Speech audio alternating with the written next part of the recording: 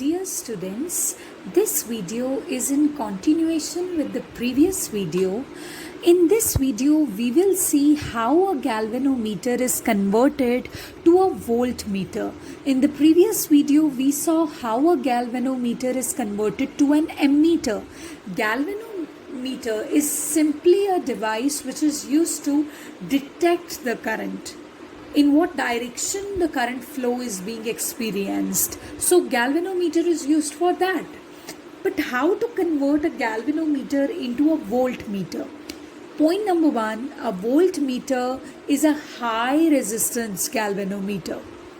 When a galvanometer is connected in series with a high resistance, then we see that it has been converted to a voltmeter.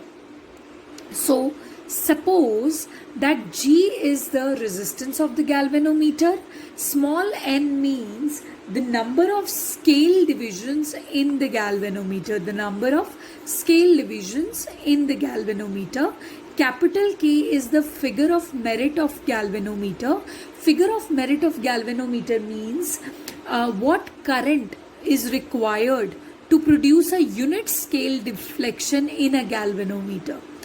कि उसका galvanometer का needle 1 unit से deflect हो जाए, उसके लिए कितना करंट चाहिए, that is figure of merit. So if K is the current required to produce a unit scale deflection, this is a unit scale deflection, okay, so to produce all the deflection here, like the galvanometer crosses this deflection, so that current will be Ig, current flowing through the galvanometer.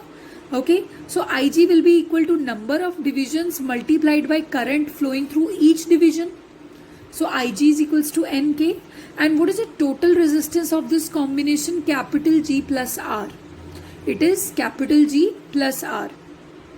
So Ig, current flowing through the galvanometer, will now be equal to the potential difference between A and B divided by the overall resistance, which is G plus R. So G plus R is equal to V by Ig. And what is the value of R? V upon Ig minus G. So this is the value of R that you are getting over here. And this is how a galvanometer is converted to a voltmeter. Okay. And next is, when this resistance R is connected in series, only then the galvanometer is converted to a voltmeter. Earlier, this galvanometer was recording how much potential? V is equal to Ig into G, because potential is equal to Ohm is given by Ohm's law, current into resistance. So this was recording this much potential, but now how much potential it is recording? Ig into G plus R. So it is recording more potential now. It is recording more potential now. And you can understand this, that 1 unit of galvanometer was giving Ig upon N as a voltmeter reading.